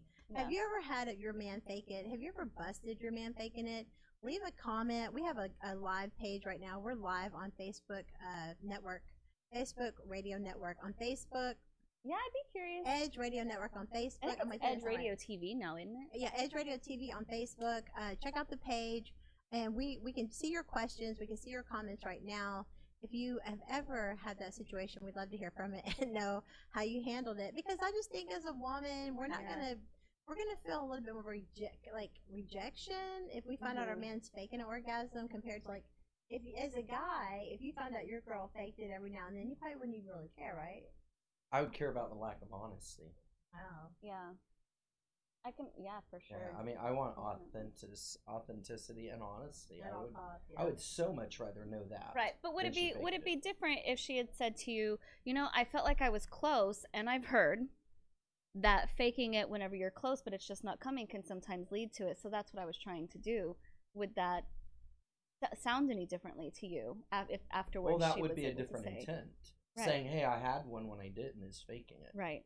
Going through the sounds and emotions. I mean, you can if you really know that you know person her body, you can and usually her body tell, and the or if anatomy, you know his body, you can usually tell. Yeah. Yeah. Oh, yeah. There is no doubt when it's happening. Yeah, and we've talked about different reasons why men and women might fake it. Like men being like, I'm just not feeling it and want to get it over with, but society says we're supposed to be virile and we're supposed to be able to come and we're supposed to be able to do all these things. So, you know, hey, I'm done, kind of thing. Or I think somebody had said, you know, when they were trying to conceive and their partner didn't actually want to have a baby. Oh, he faked it. Oh, that's a biggie. Wow, that's really big. Yeah, that's gonna lead to some other problems. I have a feeling. Yeah. Okay, so I think if it you're led just, to divorce. Is what happened there. Seriously. Yeah, but it's better to know. And I mean, if you are on totally different pages about having kids or parenting, yeah, that's a huge deal breaker. Yeah. I mean, that's not. There's no negotiation skill you can have for that. Yep, I've definitely had several couples come in with, well, we were on the same page when we got married, but as time happened, like, I still want kids and my partner doesn't, because is this lovable? And that's the one thing turned the too. page and one did not. Yeah. And see, as women, we've got to stop thinking we can change our partner. No build-a-boos. No build-a-boos, and just thinking like if they go in and they tell you like, it's like women catch a glimmer of hope or something and ride that wave to the death. Like, no, I don't want kids. Are you sure? Well, I don't think I want kids. But if there's even that little glimmer of hope, she's going to be on that like white on rice. And then if they come to that realization, like, you know, I've thought about it more over the last 5 years being together, and I don't. And then, well, I thought maybe you would, you know. It's not always the women. I've had True. About half of the couples that have come in have been, he really wants to be a daddy, and she did not. That's what happened with Brad Pitt and Jennifer Aniston. Mm-hmm. Yeah, and then he went and had a whole bunch of kids. Are they back together? Like, Brad and Angelina or Brad and Jen? Brad and Jen. I don't think I so. know they were circulating that in all those rumors. Yeah, that's because everybody wants them to be there because they we were a want y'all golden back couple. together. We know y'all Why? love each They didn't other. work. Because of the baby situation. Now he went and had a bunch of kids, and now they're good. Like, they should be good now, right? I mean, she has a kid too now, don't she? I think she had a baby. Justin Theroux, did she have a kid with I Justin? thought she did. I think that was just a rumor too. I didn't think she ever had any baby. Okay. Well, you know, now that her eggs are dried up, and you don't even have to fight about it anymore. Now you can go back and but now she's saddled with her ex-man's other lady's kids. I mean, it was bad enough he cheated on her. Her ex-boyfriend's ex-girlfriend, her ex-husband's ex-wife, children are still his children. He legally adopted all of the kids. So now she gets to have a reminder that, like, hey, you cheated on me and had all these kids with this other woman, and we broke up. Because of it. Like, that would be a lot. I don't know. I think that's a lot to ask of Jennifer. That's a lot of suitcases to carry around. Yeah, that's a lot. Whereas starting over fresh, like, well, as fresh as you can is Brad Pitt, because it's not like he's not a household name or anything. Right. You know, at least it's not. And the thing about him too, though, is that not only it did one thing if they had like a couple biological kids, but they have like a bunch of kids they adopted too. Yeah. So they've got like a herd. I mean, they've got like a small army. So it's not going to be easy to cook for them. Is all I'm saying. But they're rich. They hire cooks. They may have a cook in that house. Jennifer Garner is the only one that I know that actually. Have you ever watched her show on Instagram? Oh, on Instagram, she's so adorable. She loves to like pretend like she's a camera cook, so she'll like cook little meals. She's so cute. I love Jennifer Garner. Dude, I've been watching that show Cobra Kai. Yeah, me too. You missed the karate chop earlier. I watched the whole second. I watched both seasons. Yeah, we have 2 more episodes of season 2 left. You do? Yeah. OMG, guys. Like, if y'all ever watched Karate Kid when you were growing up, go watch the original Karate Kid, not the one with Jackie Chan and, what's his name? Will Smith's kid? Yeah. Jaden Smith. Not that. That was cute. I mean, I saw that. Oh, I thought it was terrible. But it was terrible because we hate it because it's not the original. No, I'm an 80s girl. Dude, I love the 80s. And, like, I'm telling you, how great is the soundtrack to Cobra Kai? Oh, dude! Oh my God! All of the music is so good. Ralph Macchio was my first crush, like on-screen crush. I'm so disappointed he's not Emilio that attractive Estevez nowadays, was mine. But, no, actually, you know who my real first crush was Kiefer Sutherland in Lost Boys. That was my original. He was a hot vampire. He was a hot vampire, and then it was Ralph Macchio, and then it was Tom Cruise. Mine was Emilio Estevez in Young Guns. Young Guns too. Oh yeah. Tom Cruise was pretty hot in Risky Business. Was it Risky Business? Risky Business. Yeah. Where he's coming out in the shirt dancing. Little shirt dancing with his little short self. But you know what? He is. But Ralph Macchio. Ralph did not turn out to be that attractive. Like the other guy. Ugly. He's not ugly. It's just like. But I've always found him kind of weird looking. Peter kid. I was never Ralph Macchio attractive. I never found him attractive. I think the other guy is Johnny. I think he's William Zabka. he was super hot back then. You know, he was actually 3 years. He's about 3 years younger than Ralph Macchio. Is he? Yeah. So like Elizabeth Shue, who played the original love interest, Allie, in the first one, is a year. Ralph was the oldest one, and yet he was the one. I think he played like a junior or sophomore, and Johnny was supposed to be a senior. So Which is small. Interesting. So you've already checked the scoop yeah, out on all these people. I like to research things, and so like as we've been watching Cobra Kai, like one of us will ask a question, and I'll get on my phone and research. Dude, it is so well written. It is so good. And just the part, I laughed my ass off at like how they have Johnny stuck back in the 80s with all his. Yeah, oh my God. I know. He's like, yeah, make me a commercial and add some Thunderstruck to that, and she's like, I don't think you own the rights to that. He's like, yes, I do. My car, the tape in the my cassette's car. in my car right now. Oh my God, that is so funny. You know what I really like about the show is, so I don't know if y'all ever saw like How I Met Your Mother and William Zabka when he came on that show, and then like there's this theory that really Ralph Macchio's character Daniel was the actual antagonist, and he was actually the bad guy. And you get to see in Cobra Kai Johnny's perspective of like, he kept coming at me, he's the one that kept doing this. And then even now, like, if you have that mindset, or you can see that as you're watching the show, you can kind of see, like, there are times when Daniel is the antagonist, and you're like, oh my God, just listen to him. Johnny is not the jerk that you think he is. Like, hear him out, but he automatically jumps to conclusions because of this age-old, like, butting head. Douchebag. Yeah. Since the original Sensei. But that's the thing. Yeah. But one thing that I got out of this, it was saying how people, like, it's not that anyone's wrong. Yeah. That we're all just perspective. It's what we've learned or haven't learned, and hurt people, and like, and it really shows you what Johnny dealt with abuse. And I caught that, but they didn't allude to it. When he was flashback, when he was talking about when he met the sensei, like a young boy himself. Yeah. And he's like, his mom died. And he goes, his dad died, and his stepdad was a jerk, and then his mom died later. What did his stepdad do to him? See, because he was crying, because he was like, my stepdad's been, and then the guy cut him off, and I'm like, So I think there could be a deeper character plot to that. For sure. But watch Cobra Kai, guys. It's it is so the number one show it's on Netflix Facebook. now. Netflix, yes. It started out on YouTube, so you couldn't watch it unless you had like a special subscription. But now, if you had Netflix. And at the end of it, they said more. It has to have more seasons. Their season 3 is coming. They've already finished wrapping. They've already finished filming it. It's just a matter of coming out. I think they said, I've done all that research too. Coming out in 2021. Nice. But they haven't said a specific That's too long. date. We need it now. I know. Especially when they leave the cliffhanger at the end of that. Like, I don't. I'm not gonna tell you yet. But watch Cobra Kai. But before you watch it, go watch the original Karate Kid. Yeah. Because it really, if it didn't do anything else for me, it really did show me how you only know one perspective. Yeah. And you only saw it from that one side. And as bad as Karate Kid 3 is, watch it too, because it does do some allusions to that one. And then I've heard rumors for either the 3rd or 4th season that even some people from Karate Kid 2 are going to come back in. Oh, interesting. So my boyfriend and I watched the first one and the 3rd one, and then we're gonna go back and watch the 2nd one because we highly recommend that. If y'all can't tell, we love it. It is so good. It's very well done. Super funny, very well written. I mean, like, I'm very impressed. They did a hell of a job. Okay, so let's go back to our article because we started talking. Hey, Cody, tuning in. We started talking about Karate Kid and got lost on my junior high crush.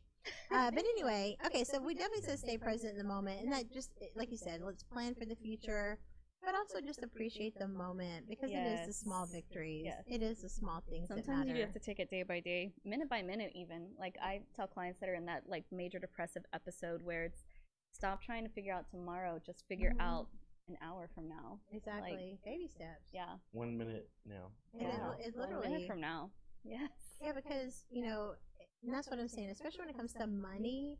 If you don't enjoy the small victories when it comes to those sort of things, and you're like, I'll be happy when. Yeah. And if you catch yourself saying, I'll be happy when, that's your clue that you're not living in the present. Yeah. You know what I mean? Check yourself on that. Yeah. Okay. Ooh, yeah. So we both watch Married at First Sight. Yes. Have you been watching this season? I haven't watched it lately.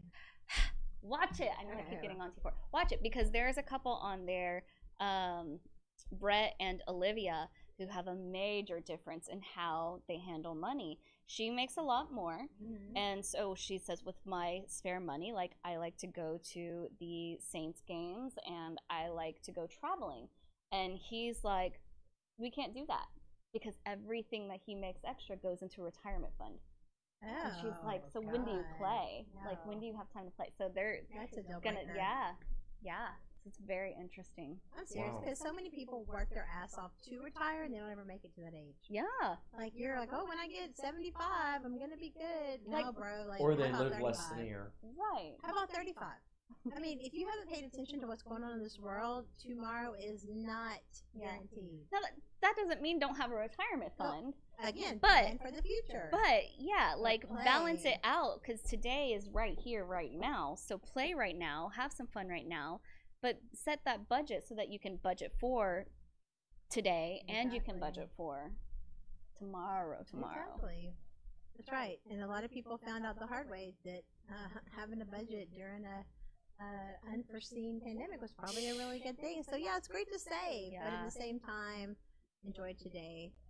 Okay, so number three, some tips here to kind of help you get through the pandemic. Number three, call upon your thinking brain. In addition to a mindful, relaxing technique when you're frazzled to start to sizzle, it is possible to develop the habit of calling on the executive function of your prefrontal cortex to cool down the hot-headed pandemic fears and make better decisions. The prefrontal cortex helps you realize that things are not usually as bad as your survival brain registers them to be, so you can take a breath and step back and calm down worry. I noticed this a lot when I worked at Vincent Adventures in a private social club, and people would come in and they would be, because there's really no competitor to it, and people would come in and like, I'm ready to meet friends, I'm ready to get my bucket list out, I'm ready to travel, but that prefrontal cortex is over here like fear. Dude, there's no more dinosaurs around. There's no, that hardwiring we had from those caveman days is still there. But we're not in as much fear. I mean, we shouldn't be in as much fear as the caveman days, I would think. I don't know, maybe worse, right? Well, we're not going to have tigers and Different lions type and of bears, fears. oh my, coming at There us. she goes back to the tigers. The tiger's out of the bag. But I went Wizard of Oz that time. So we're not going to have lions and tigers and bears coming at us unless, we're like Bear Grylls or something like that who like goes out and looks for them. But we do have emotional fears and emotional hardships, and there are cars. Like, cars kill more people. Or 1 in 200. Yeah, I mean, people die in car a car accidents all the time. So 1 in 200 die in a car wreck? 1 in 3,500 in a plane. 1 in 19 million die of corona. The actual disease, not the complications of it. Yes. So, Yeah. and even then, people die of the complications. So Majority of those. So what I'm saying is, you should really be afraid to leave your house by getting a car. No, that's not what I'm saying. No. But understand, like, you have to live. Like, we are the apex predator on this planet. The apex predator on this planet. We are here. I just wanted to go, we're here, we're queer, deal with it. We're here, we're gonna stay here. Like, we're not leaving anytime soon. Yeah. In all honesty. Unless that asteroid hits us, like you're saying.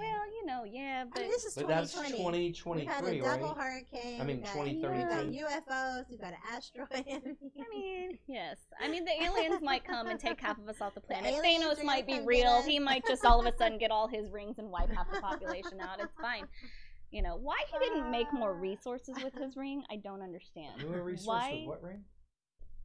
So Thanos in all of the Avenger movies and whatnot, do you not watch these? He gets all his 5 rings, and what he does with them, because his thinking is actually really correct. It's like, we're overpopulated and we are destroying our planet. Yes. So rather than create, he can create things or destroy things with his rings or whatever. So rather than create more resources, he decides to wipe out half the population arbitrarily. Like, he doesn't pick and choose. He just says, poof, 50% of you. The wipeout wand. Yeah. It's very interesting.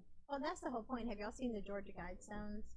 How they're like those big, like this, what were those, Stonehenge? They're like that. Okay. They're like 25-foot granite Columns, monoliths? pillars. Is that what they're called? pillars. Monoliths. Yeah, pillars. That has, so they're in English, Chinese, and Indian, and they're literally written. How to restart the world. Oh. Number 1. I heard about those. And there's actually a what do you call it? An underground. What do you call it? Time capsule that's there as well. But when you look at the writing, number 1 says start the population with 500,000 people. No more than 500,000 people. So I get it. It is about resources. Yeah. It is about the planet. We are overpopulated to that point. And I think there's better things we can do than just the stuff that's being done now to eliminate us.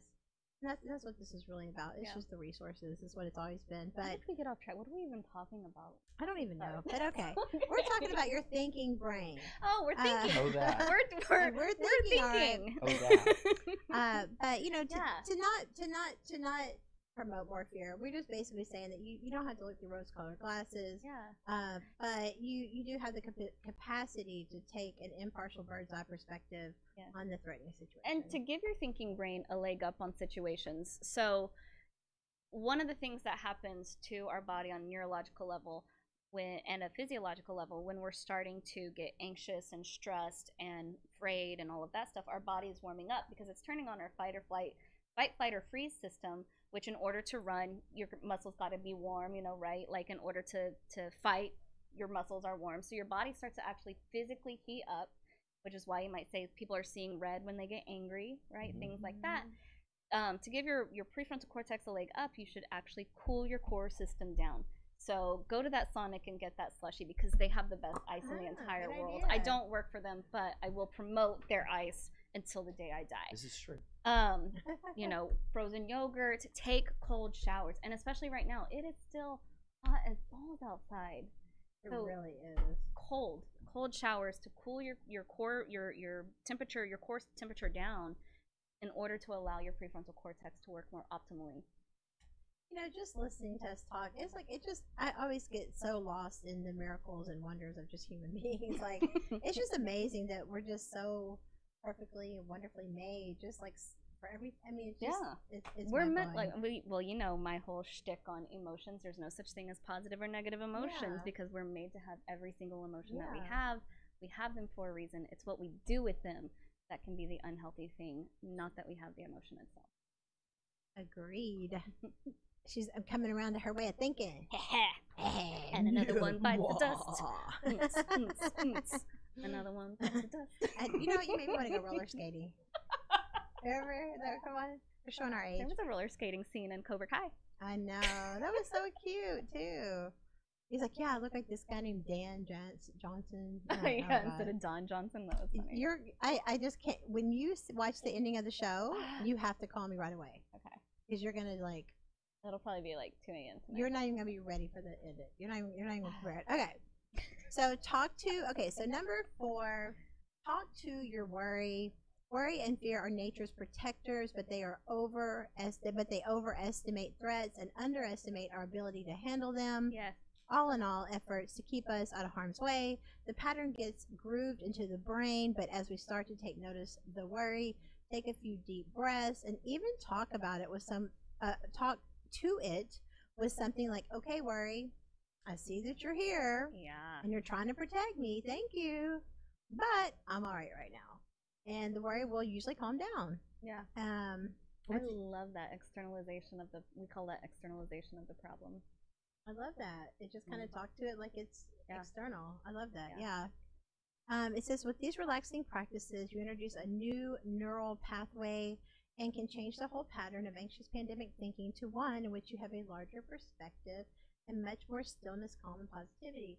Now, Eric, with you being a shaman, I mean, you're like the epitome of calm, okay? And you do many different things to really get yourself to those places.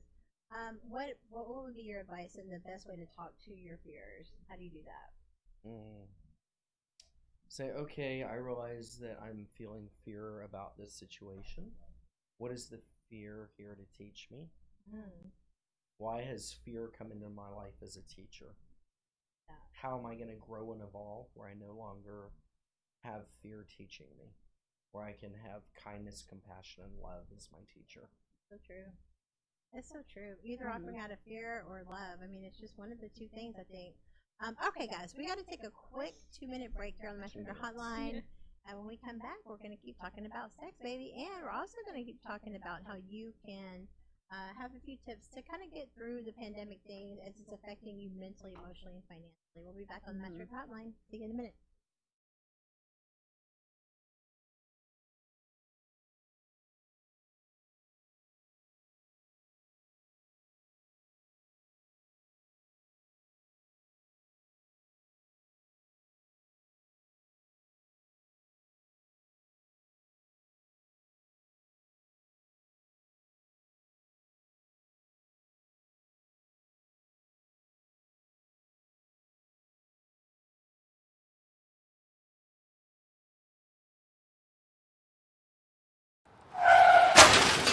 We've been out of control since we got hit back in March 2020. Mortality rates keep climbing. Infection rates go up and down and then back up again. How long will this go on? No clear answer. Will a vaccine even be effective as this virus continues to spread and to mutate? No clear answers there either. I'm a trained nutritionist, herbologist, personal trainer, behavior modification, and stress sciences expert. I'm also a COVID-19 and pneumonia survivor. I've watched the continuous wall-to-wall news coverage, and while yes, wearing a mask and social distancing are crucial now, you're not being given important tools that you need in order to fortify your first line of defense, your best line of defense, which is your own immune system. What's going on here? There are simple, affordable, and natural ways to help build your immune system to fight any virus or bacteria now, and it starts inside of you. That's why I need to invite you to join me for Beyond the Mask, an intimate talk about vital ways to immediately begin boosting your immune system. Are you worried about the potentials of a second wave? Are you concerned now that your immune system may not be strong enough? Let me show you now the changes that will allow you to optimize it. Let me show you how to maximize your exercise benefits in a 12-minute routine that you'll do every other day to easily increase your metabolism, strengthen your respiratory and immune systems, and give you better circulation throughout your body. Listen, sugar feeds both bacteria and viruses. Let me show you ways to kick that sugar addiction now and to get some weight off. Let me share with you keys to better nutrition that boosts your immune system. We are all under too much stress, and stress weakens your immune system. It single-handedly leaves you vulnerable to all kinds of health issues and infections because stress reduces your immune cell numbers and their ability to function. Let me show you tools that you'll easily integrate into your daily life now to naturally reduce your stress cortisol response. I also want you to know about some nutritional supplements that have been shown to naturally improve your immune system and your overall health. Since January, there have been over 700 studies released worldwide on the relationship between COVID-19 and vitamin D3 deficiency. You need to know why.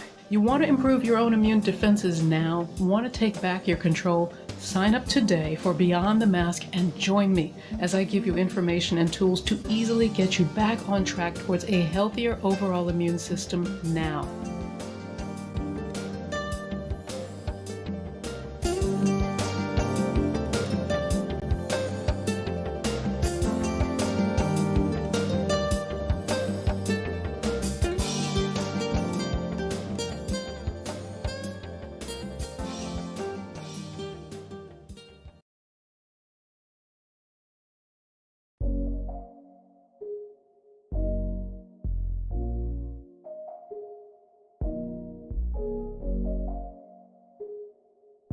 Hey guys, welcome back to the Matchmaker Hotline. It's your girl, Matchmaker Amber Neal.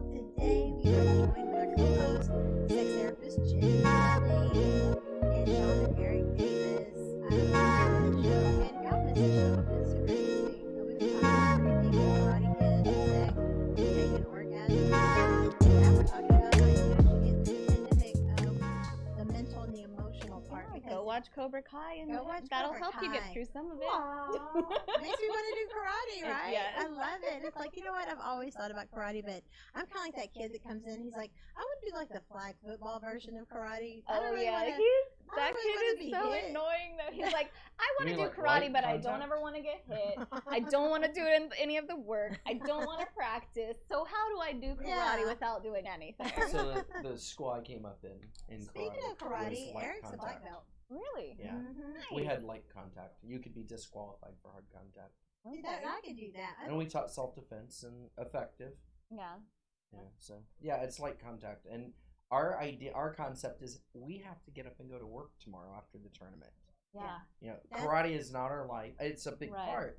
But tomorrow we have to get up and function in the real world, and the kids have to get up and go to school because tournaments are on the weekends, and we're like light contact. It was the way. You're so funny. Eric is so humble. We'll sit here and have this whole conversation about Karate Kid, and Eric will be over here sitting here as a black belt expert, and don't say a word. And we're over here like, whoa! He's like, you don't know what you're doing at all. I was having way too much fun listening. You know, there's a value in being a good listener. Sometimes you just get to have all the fun. Yeah, it's Eric. It's so funny. So yeah, guilty as charged. I'm a black belt. I was an instructor. And for that's why years. he has all those things you were talking about. And He has a reason. He did. All those things. Those thingies. I have things? Those little. Oh, size sticks. Yeah. Yes. Yeah, I like You size like my sticks. sound effects? Okay, so let's get through the. Raphael was the Ninja Turtle with the size, right? Oh, I remember. Donatello had the rod. I remember Michelangelo that. had the All I nunchucks. know is I got to go to Disney World and I got to dance with the chick from the Ninja Turtles. Really? She called me out and had me dance with her.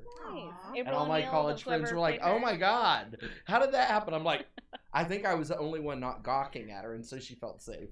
I really think that today's episode, I'm really showing my nerd girl talking about Thanos and the Ninja Turtle. Sapiosexual. You already warned him. You already told him you're sapiosexual. All right, well, let's get through these last 3 tips here. If you're following along with us, we're Nerd girl. Psychology today. Psychology. So basically, number 5 is this: contemplate nature.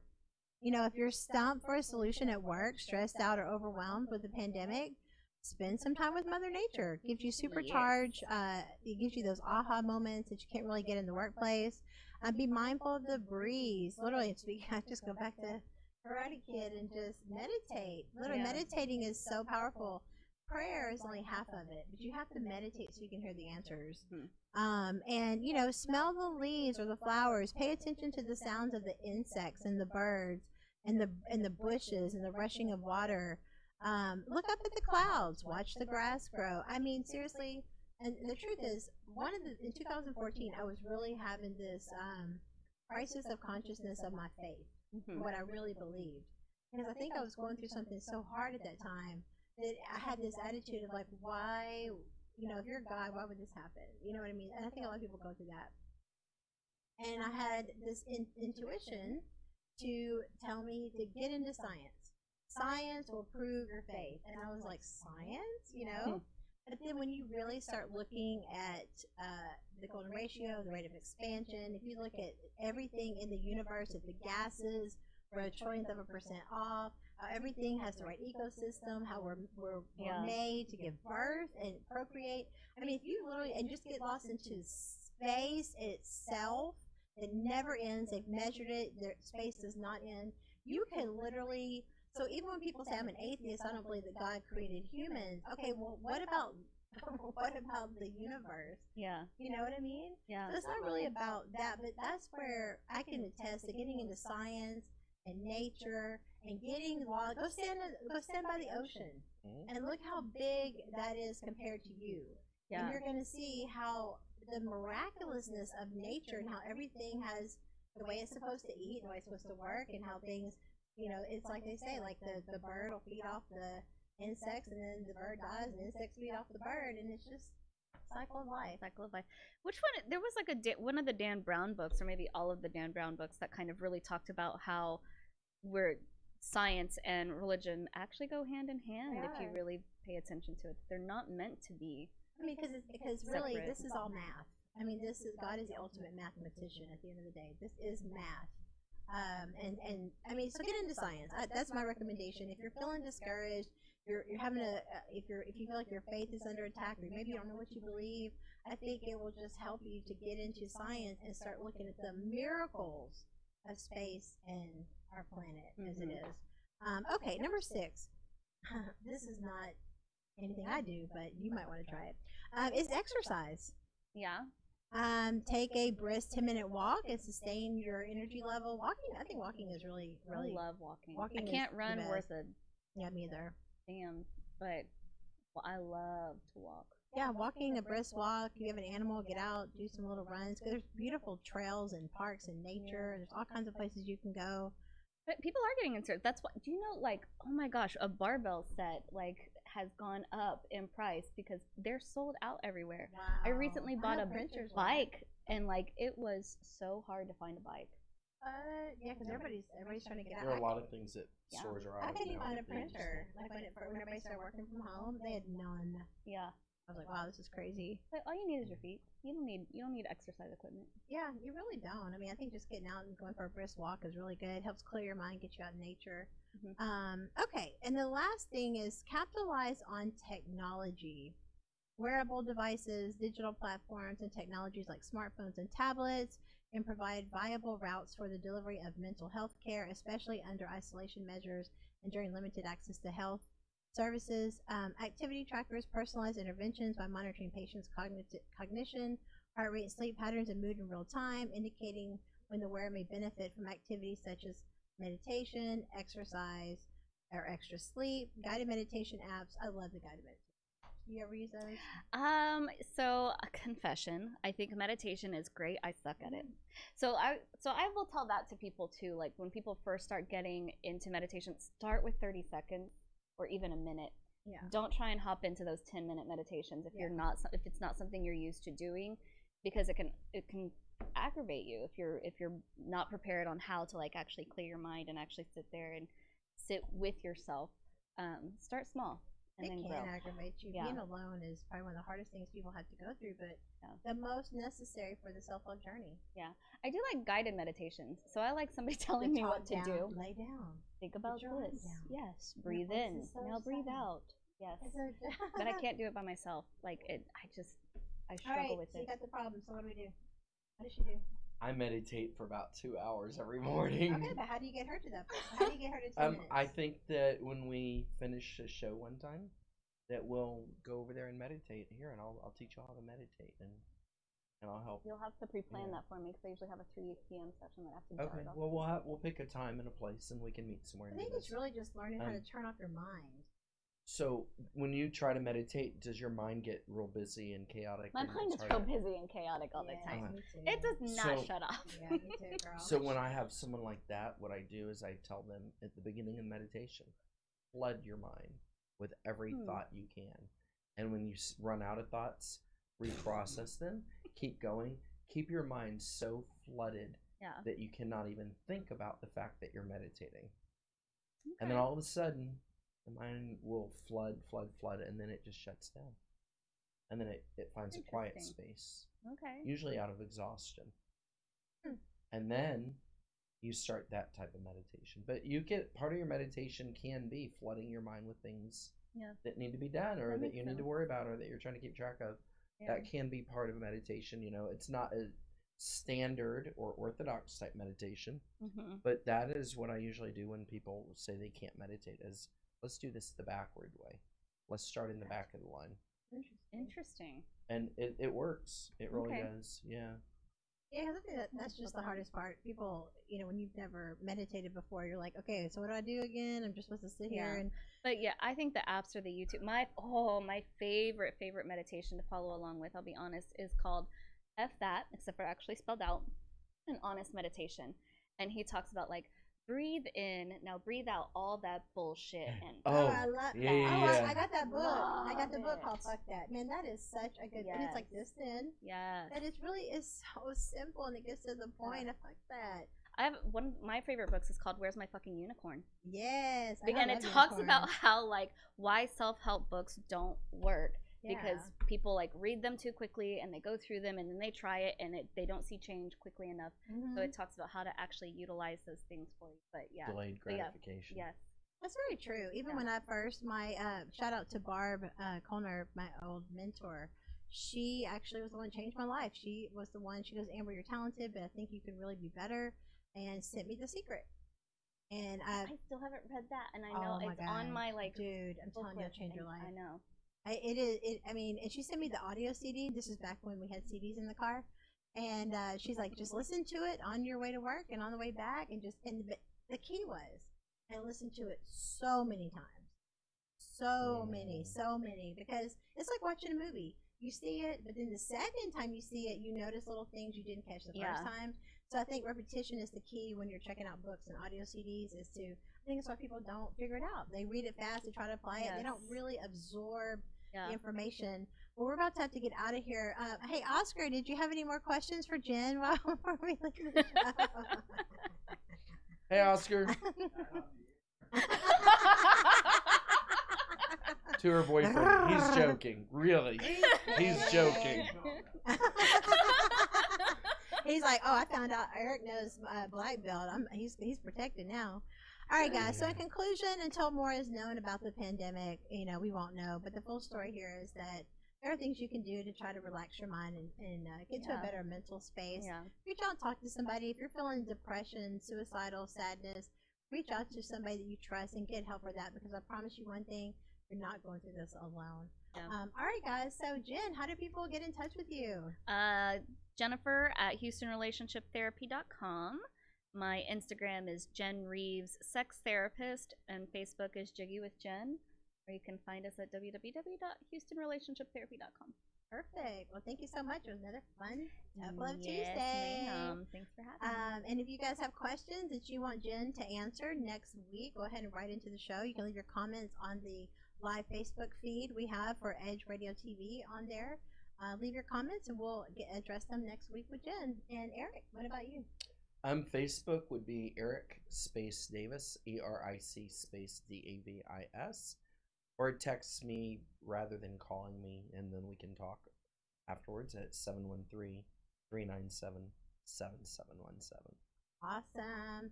All right, guys. Well, it is your girl Matchmaker Amber Neal. If you want more information about me, go to amberneal.com.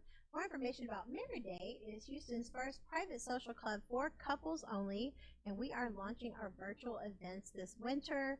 So we're going to be announcing some things coming up with that. But until now, you can go get more information at marriedate.com, and we will see you back tomorrow at noon right here on the Matchmaker Hotline on Edge Radio TV. See you then.